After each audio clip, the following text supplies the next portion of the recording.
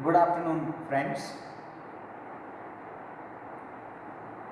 In continuation of my previous lecture, I will be now speaking about what is going to happen after Satan has delivered his speech and how after that Beelzebub has given his response.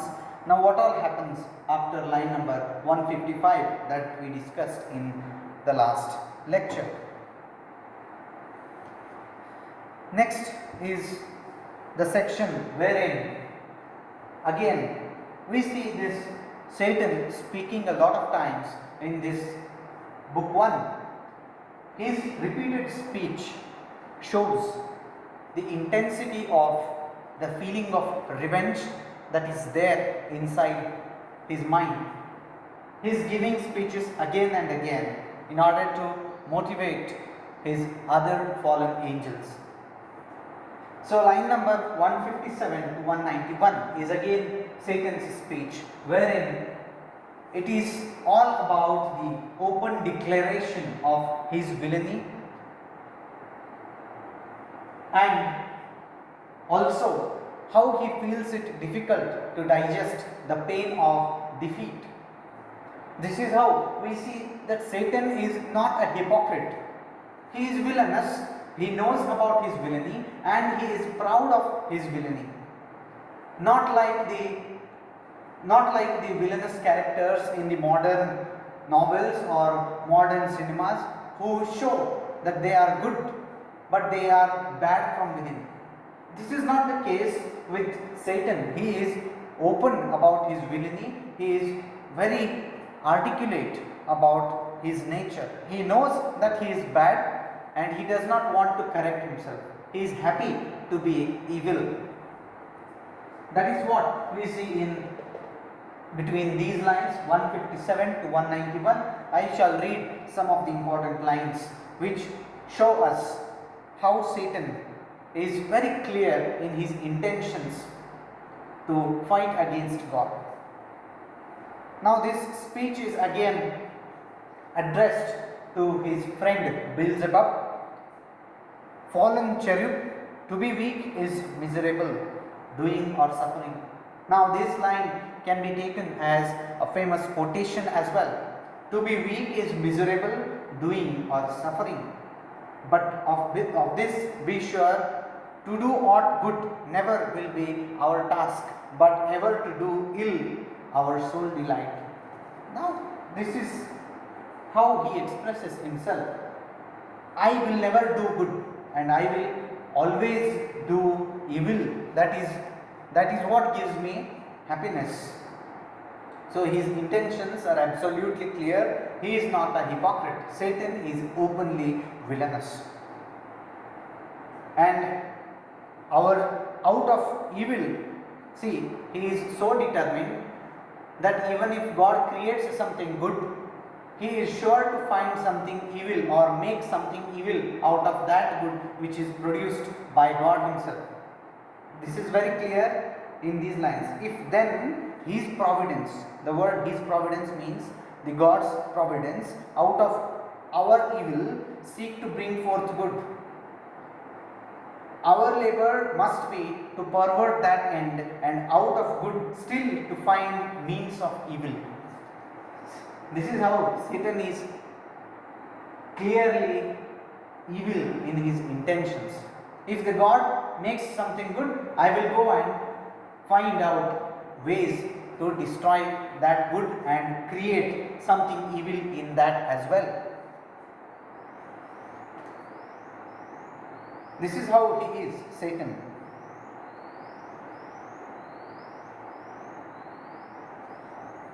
Then I will read the last lines wherein his intentions of revenge are absolutely clear.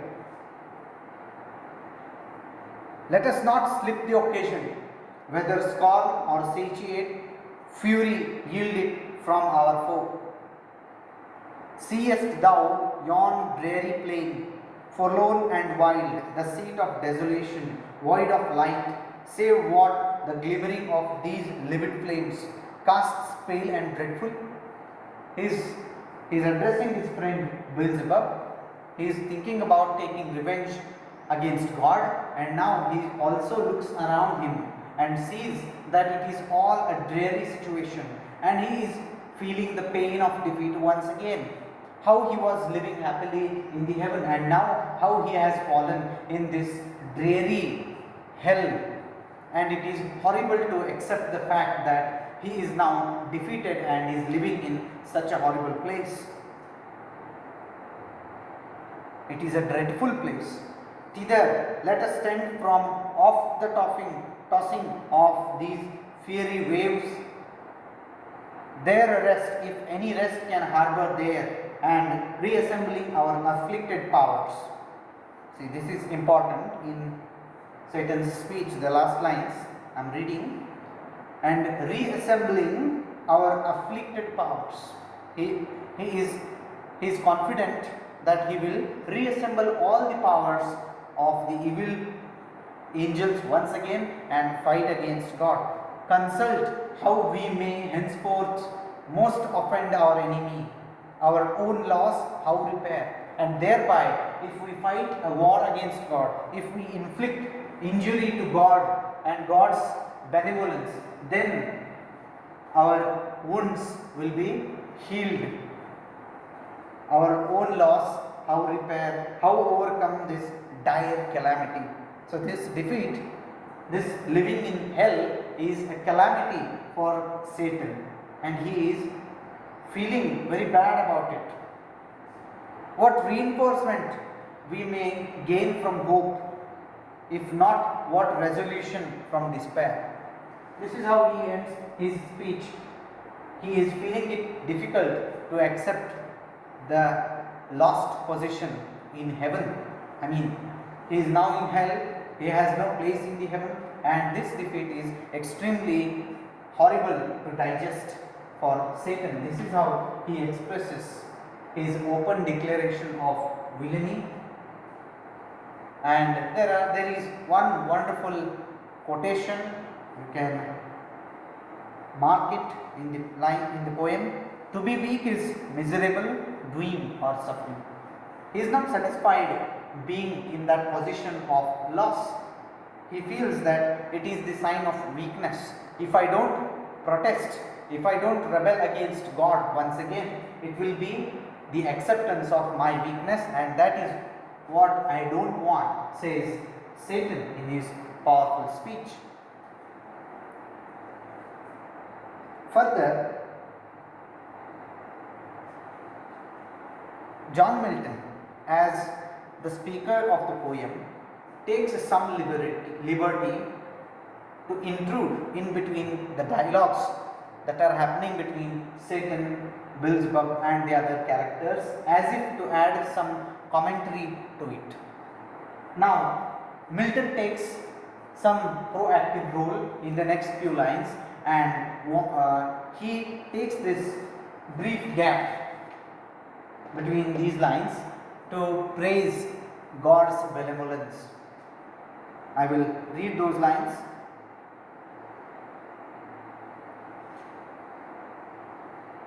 Thus Satan, talking to his nearest mate with head uplift above the wave and eyes that sparkling blazed, his other parts besides prone on the flood extended long and large, lay floating many a rood in bulk as a huge, as whom the fables name of monstrous size. Satan is not an ordinary angel, he is the leader of all the evil angels, and his size is monstrous. So in these few lines he is explaining, describing the huge monstrous size of Satan. He is not, to show that he is not ordinary, he is having supernatural powers.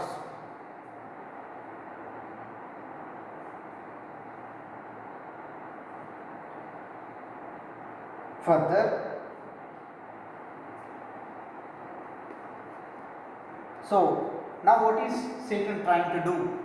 Satan is already thrown in the hell by God and God's army, and Satan, instead of trying to, instead of repenting for his mistakes, he is once again trying to be evil.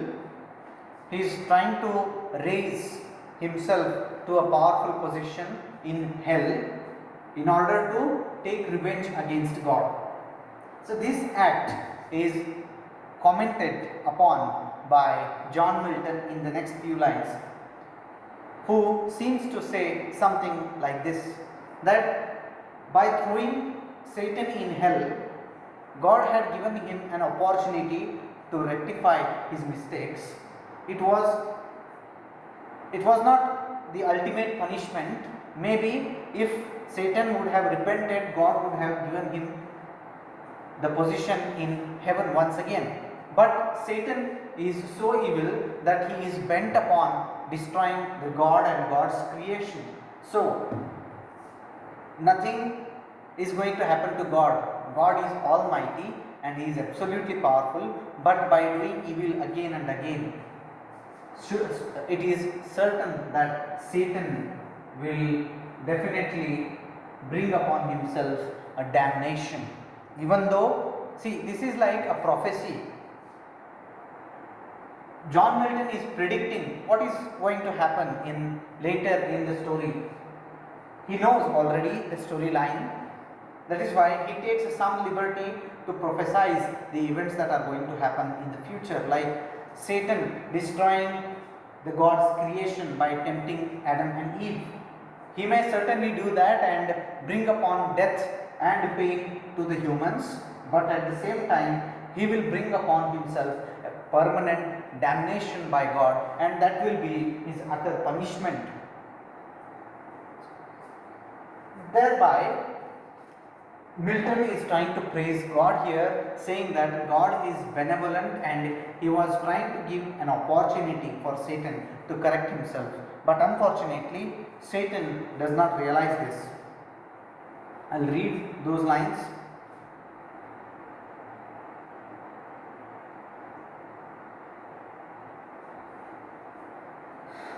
Left him at large to his own dark designs, that with reiterated crimes he might heap on himself damnation, while he sought evil to others, and enraged might see how all his malice served but to bring forth infinite goodness, grace, and mercy shown on man by him seduced, but on himself trouble, confusion, wrath, and vengeance poured. However, evil actions may be done by Satan, but it is going to it is going to destroy Satan himself. It will be a boomerang. So, thereby, Milton wants to say God has mercy towards all the people. Even though Satan is a fallen angel, he has tried to show mercy, and it is because of God's mercy itself Satan is able to come out of that burning lake in the in the hell. This is also a grace of God according to John Milton. So this is a small opportunity for Milton to interpret the story or to comment upon the nature of Satan. Further, in the next few lines,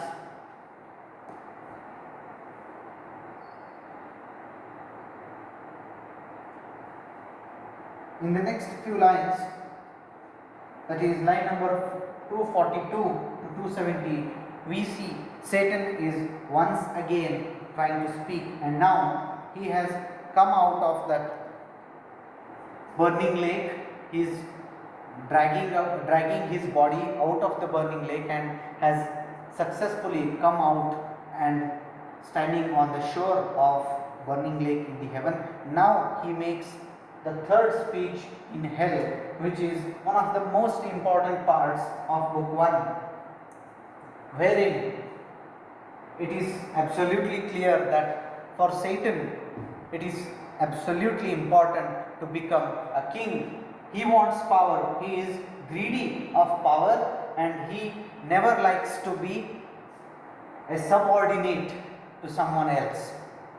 So Satan's speech on the significance of being a king, even though in hell, that does not matter to him. So the most famous quotation of the book, to reign is better to reign in hell than serve in heaven, comes in this part of book 1.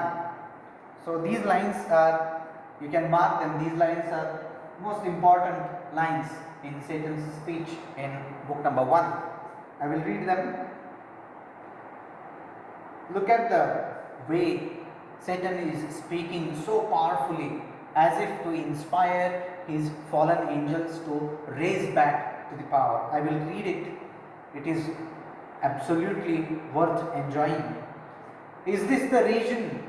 This the soil? This the clime? Said then the lost archangel. This the seat that we must change for heaven. This mournful gloom for that celestial light. First he looks at hell, and he is trying to compare it with the glory of heaven. Is this the place that we are supposed to live now? In the beginning it is difficult for Satan to accept this, but later this acceptance itself motivates him to be the king of hell. The first lines also show that he is not happy with his present situation in such a place as hell. Be it so, since he who now is sovereign can dispose and bid what shall be right. Farthest from him is best, whom reason hath equalled, force hath made supreme above his equal.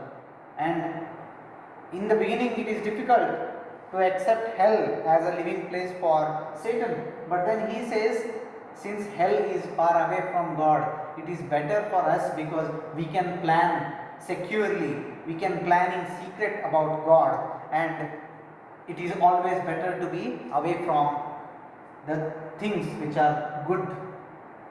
So these lines show that Satan is absolutely an evil spirit. There is not even a single speck of goodness in Satan. He is the propagator of evil, and he is proud that he is evil. Now, the next lines are about acceptance of the reality. And when you accept the reality, you grow out of that difficult situation as well. This is what Satan speaks now. Farewell, happy fields. Now this is related to the heaven. When he was living in the heaven, there were beautiful fields, gardens, and all nice, lovely things. And to them he is bidding a farewell, because now he will be ruling in this hell. Farewell, happy fields, where joy forever dwells. Hail horrors, hail infernal world, and thou profoundest hell, receive thy new possessor. Look at his power, look at his ambition. He is not ready to become a servant when he finds that this is the new place for him to live. He declares himself as the new king of this new place called hell. Look at the confidence with which he is speaking these lines. And thou profoundest hell, receive thy new possessor. He is calling himself as the possessor of hell, the king of hell. And how is he? He is declaring once again his nature, about his nature. One who brings a mind not to be changed by place or time. My mind, which is already evil, which is by nature evil, will remain as evil forever, no matter I live in heaven or in hell or in paradise or on earth. I will take my mind, evil mind, wherever I go, and I will create evil world around me. A mind not to be changed by place or time. The mind is its own place and in itself can make a heaven of hell, a hell of heaven. So wherever I go, I am evil. I will make hell even in heaven, and I will make heaven even living in hell. So that all depends on my mind. So this is another important, one of the most important lines often quoted from this book. The mind is its own place and in itself can make a heaven of hell or a hell of heaven. This can be applied to the general human conditions as well. Should I feel happy or should I feel sad? That is to be decided by my mind. If I decide to be happy, I can be happy at any place at any given time. But if I decide not to be happy, I cannot be happy even though all sorts of entertainments are around me. So, what is important is the mind, and it is only the mind which creates the world around us, and we ourselves make the world around us and live inside it. So, this line can be explained into long paragraphs and can be applicable to the general conditions of human life as well. The mind is its own place and in itself can make a heaven of hell, a hell of heaven. What matters where if I still be the same? And it does not matter whether I am in heaven or in hell. I am still the same. I am still the same evil. Satan speaks. He speaks like this. And what I should be but less than he whom thunder hath made greater. Here we may reign secure. Here in hell we don't have to fear God. We don't have to fear about God's spies who always keep a track of the evil angels. So here we are secure. He feels that this new place, hell, has given him an opportunity to create his own evil empire, and in a secured way. And in my choice, to reign is worth ambition, though in hell. Better to reign in hell than serve in heaven. He is now proud of his new position, because in heaven what did he do? In heaven he just served the God. He was just a servant and he did not have any powerful position in the heaven. Now he feels that in this new place he can be the king, he can be the ruler, because he is certain that he is most powerful evil angel. So he says absolutely brilliant lines. Better to reign in hell than serve in heaven. The speech given by Satan, or rather ascribed to Satan by by John Milton, makes us think whether Satan is heroic character or what. Because the way he is speaking, the way Satan is being given attention in book 1, makes us feel that he is such a strong character and he is almost of the stature of a hero. So whether villainous character like Satan was important for John Milton, this is a question often discussed by Milton's critics. But later, if we consider the whole epic, of course, no doubt, in book 1, Satan emerges out as the most powerful character. But when we look at the whole epic of Paradise Lost, we say that no, Milton just wanted to show two strong enemies on both the sides. But of course, for him, God is greater than Satan. So these lines are again often quoted.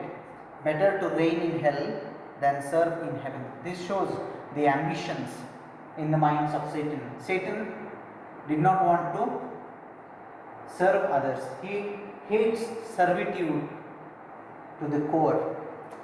So these are some of the most brilliant lines in book 1 of Paradise Lost. The next few lines is Beelzebub's response to Satan's speech. I will not read that part because it's not so important. What he does here is He's trying to cheer up Satan and trying to give him new hope. Beelzebub. Later in the next few lines from 282 to 313, there are descriptions of how Satan, with his huge wings and a huge body, is trying to come out of the lake and is trying to call others to gather at the shore of this burning sea, burning lake.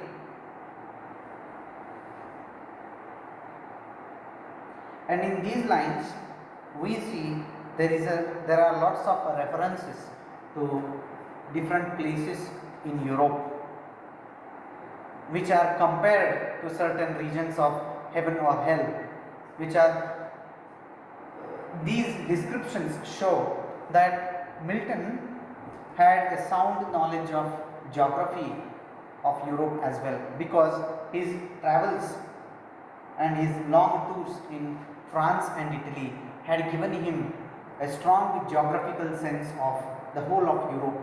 Thereby he could compare some of the important places of Europe in the lines of Paradise Lost. Further,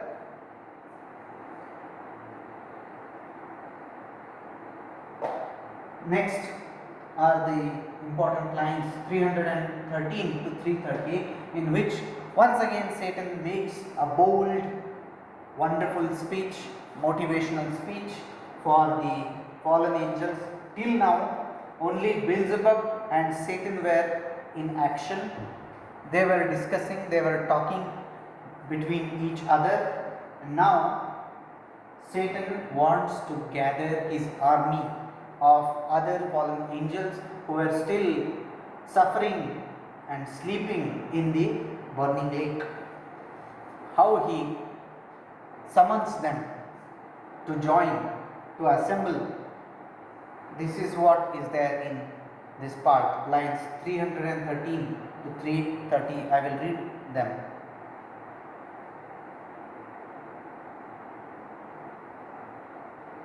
He called so loud.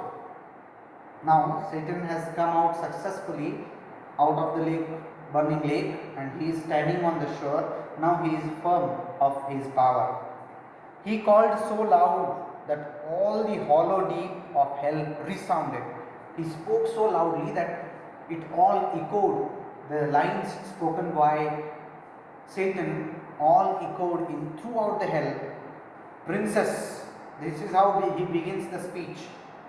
Princes, potentates, warriors, the flower of heaven, once yours, now lost. See how he tries to provoke others. He does not want others to be satisfied in the burning lake. He does not want them to suffer in the burning lake and be okay with it. He wants to provoke them because he needs a strong army to fight against God. He says it's like a warning. The flower of heaven which was yours, which was once yours, now lost. If such astonishment as this can seize eternal spirits, or have ye chosen this place after the toil of battle to repose, you wearied virtue, for the ease you find to slumber here as in the vales of heaven? Are you aware that you are defeated by God or not? And if you are defeated by God, are you just resting here, or are you tired of fighting against God, or have you just accepted this as your fate? Why are you slumbering? Why are you sleeping?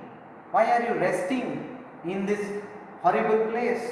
Get up. We need to fight against God. This is how he is motivating them to slumber here as in the vales of heaven. Or in this abject posture, have ye sworn to adore the conqueror, or are you still praising the God who destroyed you, who defeated you, who threw you out of hell, out of heaven? Who now beholds cherub and seraph rolling in the flood with scattered arms and ensigns till anon His swift pursuers from heaven gates discern the advantage, and descending tread us down, thus drooping, or with linked thunderbolts transfix us to the bottom of this gulf. Awake, arise, or be forever fallen. This is how he is a wonderful orator. His speech instills courage. His speech makes them aware of their horrible situation. He wants them to awake, arise. If you don't arise, just be fallen there. So this is how is the power of Satan. He is fit to be a king, even though in hell. He is a real motivator for the other fallen angels. So this is how he is now trying to summon, to call them once again, trying to instill some spirit once again in the fallen angels who were resting, who were sleeping, who were suffering in the burning lake of hell and were not able to move out of the lake. So this is how Satan keeps on giving wonderful speeches with a loud voice and great authority of villainy. That is how Satan's one more speech in hell gets over at line number 330. What happens next? How the other angels come and assemble on the shore of this burning lake. What kind of angels they are? Fallen angels, of course. What is their speciality? All these things we shall see in the next lecture. Thank you so much.